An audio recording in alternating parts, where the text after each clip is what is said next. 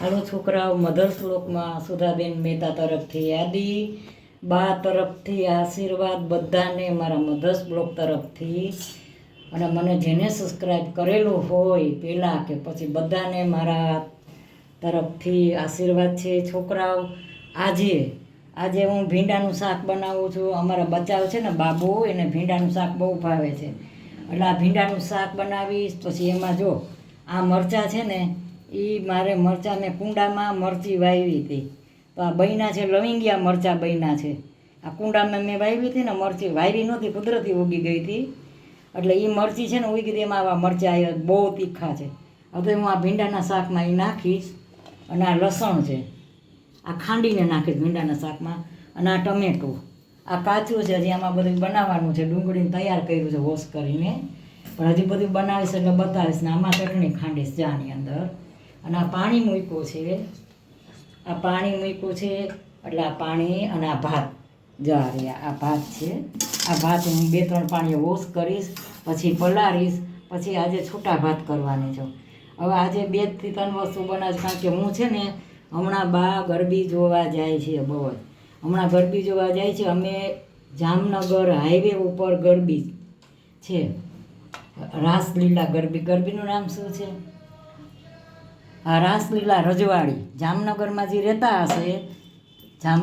રહેતા હશે, મારો વિડીયો જોતા હશે, એને ખબર છે.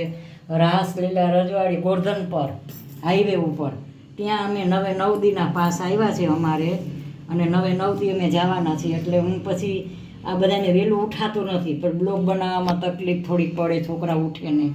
અને હું પાછી આરવાર છોકરા હોય એટલે આપણે છોકરાઓને આપણે મોટાએ હેરાન નહીં કરવાને, ત્યારે સપોર્ટ કરવાનો. આપણી ઉંમર હોય તો છોકરા સાથે ઊભું રહેવાનું, તમને ગમે કે ન ગમે, પણ એને તમારે સપોર્ટ કરવાનો. અને એને ઊભું આપણને એકલાને ઘરે મૂકીને જાય તો એ ટેન્શનમાં રહીએ, એવું શું કામ કરવાનું, ભેગું વયું જવાનું. એટલે હું એની સાથે જાઉં છું 9 દી. એટલે હમણાં થોડુંક વહેલા મોડું થઈ જાય છે. આજે ભીંડાનું શાક અને કાચું અને આ ભાત બનાવું છું. આજે 6 તારીખ છે, આજે 7 તારીખ છે, સોમવાર છે, અને ઓક્ટોબર મહિનો છે, 7 તારીખ છે. ઓક્ટોબર મહિનો 7 તારીખ સોમવાર છે આજે, અને બપોરની રસોઈ છે મારી. હાલો હું આગળ પછી બતાવું છું. હાલો આ તેલ મૂકી દીધું છે, આ ભાત બને છે. જો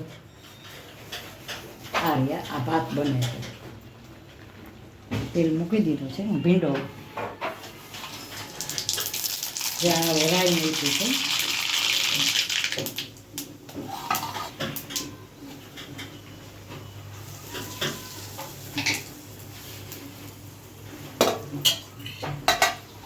હિંગ નાખી છે, રાઈ નાખી છે.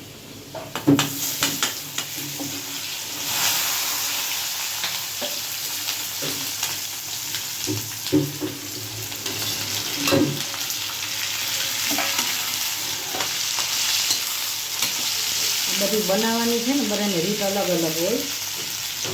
કોઈ એમ કે આમ ન બનાય, એવું ન હોય. બધાની રીત અલગ અલગ હોય. કોઈ લસણ મૂકે વઘારમાં, કોઈ ના ખાતા હોય તો લસણ ના મૂકે, એવું બની જાય. હવે હું મસાલા કરું છું.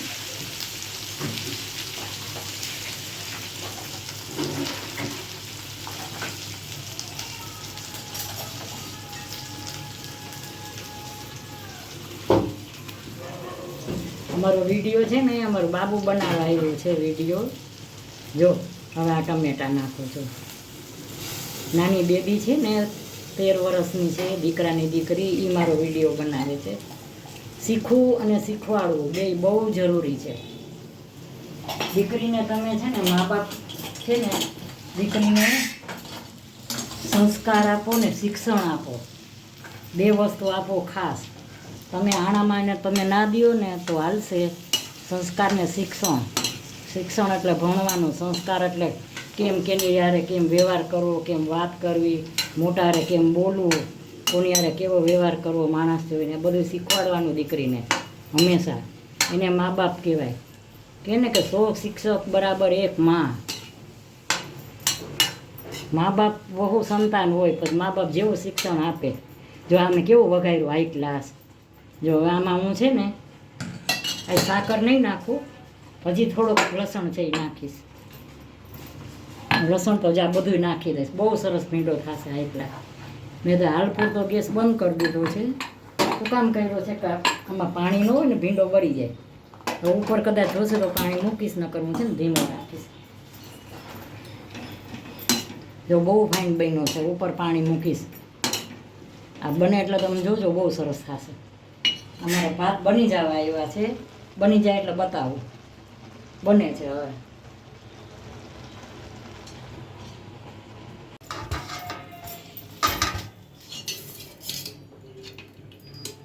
જો હવે આ છે ને મેં તેલ સેટ કરવા રાખ્યું છે.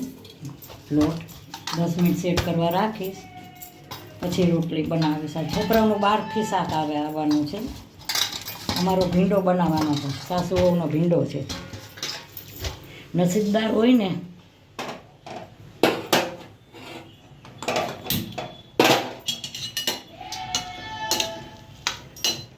બહુ ફાઇન બન્યો છે.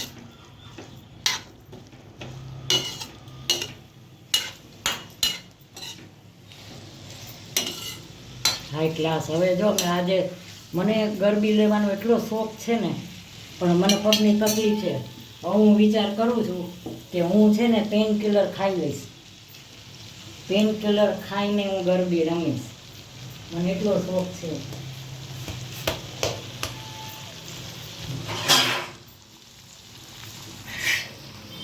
જો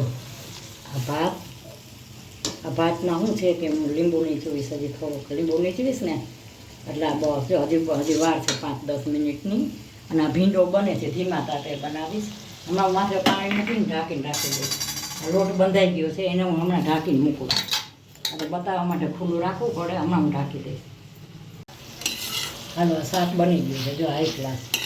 5 જ મિનિટ રાખીશ. આમાં મેં સાકર નથી નાખી. અમારા બાબુ છે ને એક સાકર નથી ખાતું, એટલે હું સાકર નથી નાખતી. અને આ કાચું બનાવ્યું છે. આમાં મસાલો કરવાનો છે. કાચું બનાવ્યું છે, મસાલો કરી આમાં લીંબુ નીચોવીશ. ભાત બની ગયા છે.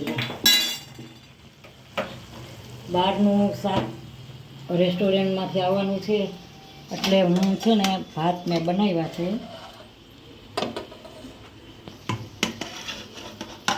વધુ ભાત કર્યા છે. હવે એમાં હું થોડું પાણી નાખું છું. જો આ પાણી નાખ્યું.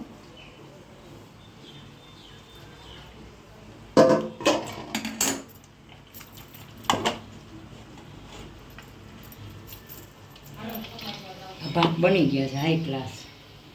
ના શાકે બની ગયું છે. હવે રોટલી કરવાની. છોકરાઓ મધર્સ બ્લોકમાં બા તરફથી આશીર્વાદ, મારા બધા સબસ્ક્રાઈબરને મારા તરફથી. અને છોકરાઓ જો આજે મેં ભીંડાનું શાક તમને બતાવ્યું, મેં બનાવ્યું એ હાઈકલા લસણવાળું બનાવ્યું છે. લસણામાં બહુ નાખ્યું છે મેં, 7-8 કળી મોટી મોટી નાખી તો જ સારું થાય. અને આ કાચું છે કોબીનું, આ ભાત છે, આ રોટલી છે. અને અમારે કાંઈ પણ સ્વીટ જોઈએ જ. મીઠાઈ તો છે જ હજી. તમે નહીં માનો, અમારે આગળ પાછળ જો આ બધી તમે એમ કહેશો કે બા સાવ સાચું કહે છે. હું પછી છે ને આમાં મૂકતી નથી બધું. જો હજી આમાં બધા ગાંઠિયા જો જ્યાં ફરસાણ, આટલું બધું ફરસાણ તો હજી આમાં હશે. આ બધું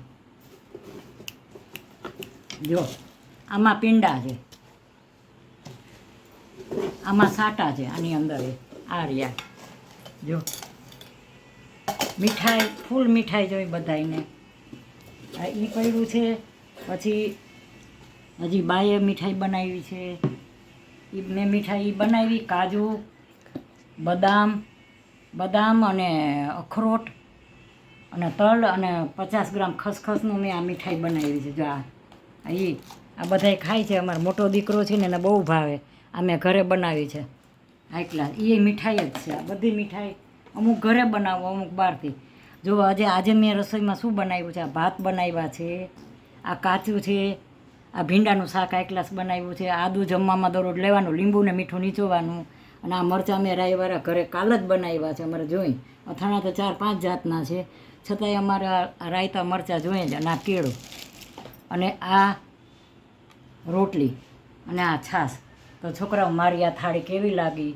સારી લાગ્યો તો લાઈક કરજો, શેર કરજો, કોમેન્ટ કરજો, સબસ્ક્રાઈબ કરજો. અને બા આજે પાછા ગરબી જોવા જવાના છીએ હાઈવે ઉપર, જામનગર હાઈવે ઉપર અમારે આ ગરબીનું છે. અને એ ગરબીનું નામ મેં તમને કીધું, ગોરધનપર, જામનગરની બારોબાર ગોરધનપર હાઈવે ઉપર. અને અમે 9 દિવસ લગી ત્યાં જવાના, એટલે આજે મેં થોડુંક ટૂંકમાં બનાવ્યું, શાક ને રોટલી ને એવું, કારણ કે બધાય થાકી જાય છે. હું તો બ્લોગ બનાવું છું તો હાવ થાકી જાઉં છું, પાછું દિવાળીનું કામે કરું છું. તો મારે આ થાળી સારી લાગ્યો તો લાઈક ને શેર ને સબસ્ક્રાઈબ જરૂર કરજો. તમારા મિત્ર વર્તુળમાં બધે મારો વિડીયો શેર કરજો, મને કોમેન્ટ કરજો, મારી ભૂલ હોય તો કહેજો. અને મારી આ રસોઈ કેવી લાગી, સારી લાગી હોય ને તો સબસ્ક્રાઈબ જરૂર કરજો. બાય બચ્ચો.